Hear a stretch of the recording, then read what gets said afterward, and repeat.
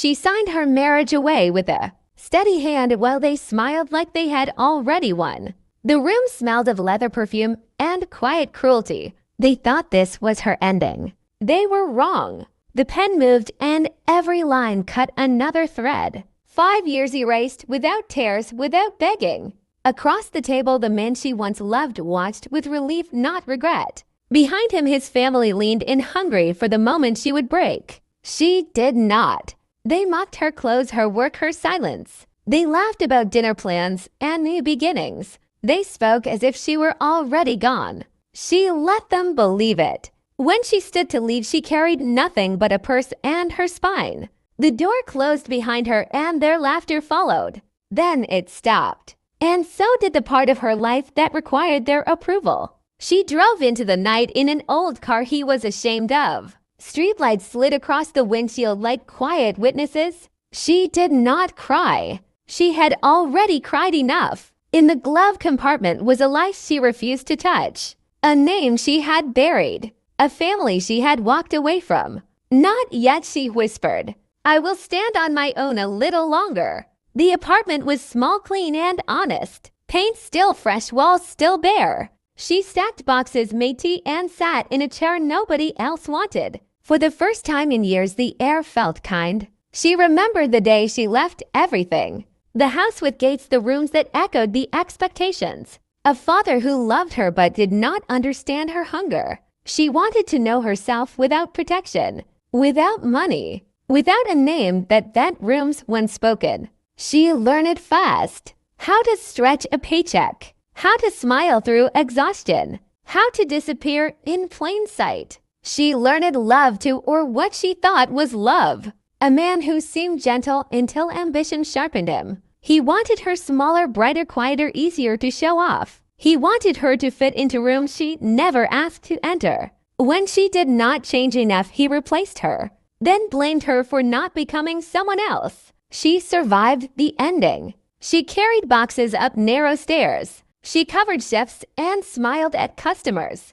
She rebuilt herself again, this time with eyes open. Then the phone rang before sunrise. A voice spoke her real name, a name she had not heard in years, a name tied to a man who was dying. The hospital room was quiet and white. The man in the bed was thinner than memory, but his eyes still saw everything, including her strength. He told her he had watched from a distance, that he had honored her choice even when it hurt, that he was proud even when he was silent. He told her the truth she could not refuse, that she was an heir, that she was needed, that running was no longer an option. She did not argue.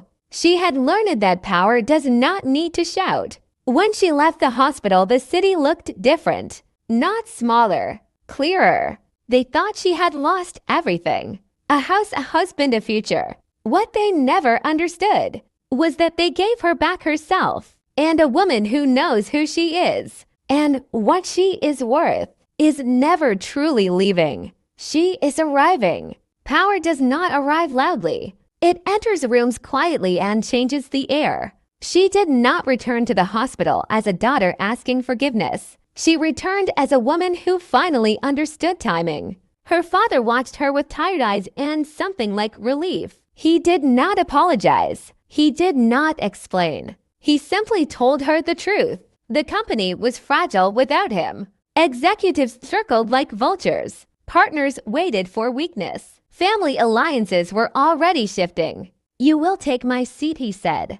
Not my name, not my shadow. My responsibility. She wanted to say no. She had spent years becoming ordinary by choice, but she saw it then. This was not a gift. This was a test. She stayed. Days turned into nights. She listened more than she spoke. She learned who lied by how loudly they promised loyalty.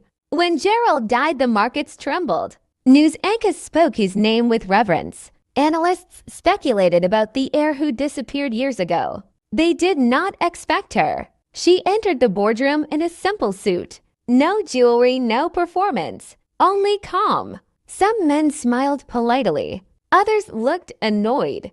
A few recognized her immediately. Natalie Thornton had returned. She did not threaten. She did not boast. She spoke in numbers, timelines, and quiet certainty. By the end of the meeting, 3 executives resigned. 2 investments were frozen. 1 merger was canceled. Power recognized its owner. Elsewhere, Brandon celebrated his promotion. Photos online, champagne smiles borrowed confidence. Amber clung to his arm like proof of arrival. They laughed about the past, about the girl who almost mattered. Then the email arrived. Thornton Enterprises had acquired a controlling interest in the firm Brandon worked for. The room went silent. Meetings were called. Whispers spread. A name resurfaced. Natalie. Brandon stared at the screen, understanding too late. The woman he discarded, the life he mocked, the past he erased had not disappeared. She had ascended, and this time, she was not coming back for love. Power tests character before it rewards loyalty, and it exposes weakness without mercy. Brandon did not sleep that night. Emails kept coming. Meetings were rescheduled without explanation. Access was delayed, then denied. Amber said it was nothing, just corporate noise. But her voice lacked belief. By morning, rumors were facts. Budgets frozen. Projects canceled. Careers suddenly fragile. Then came the invitation. Mandatory executive briefing. Attendance required. The boardroom was larger than Brandon remembered. Glass walls, cold light, silence. Every seat filled except one. The door opened. Natalie walked in. Not the woman he divorced. Not the girl he underestimated. But someone sharpened by truth. She did not look at him first. She greeted the room. Her voice steady and hurried. "Thank you for coming. This will not take long." Slides appeared behind her. Numbers, timelines, decisions. Mistakes outlined without names. Until names appeared. Brandon felt the floor tilt. Performance concerns. Ethical breaches. Conflict of interest. Each word landed clean. Undeniable. When she finally met his eyes, there was no anger, only distance. "You were never punished for leaving me," she said. "You were judged for who you became after." Amber shifted beside him, suddenly very small. "This company will survive," Natalie continued, "but it will not carry passengers." Votes were taken, hands raised, decisions finalized. Brandon was escorted out, not fired dramatically, just removed. Amber followed in silence, her phone already buzzing with unanswered calls. Outside the building, rain fell hard, washing away borrowed confidence. Inside the boardroom, Natalie exhaled slowly, not in victory, in closure. Power had spoken, and she did not need to raise her voice. Karma does not rush. It arrives when resistance is gone. Brandon disappeared quietly. No headlines, no sympathy, just a slow erasing. Recruiters stopped calling. Friends stopped inviting. Messages went unread. Amber left first. She said she needed space, but space was just another word for escape.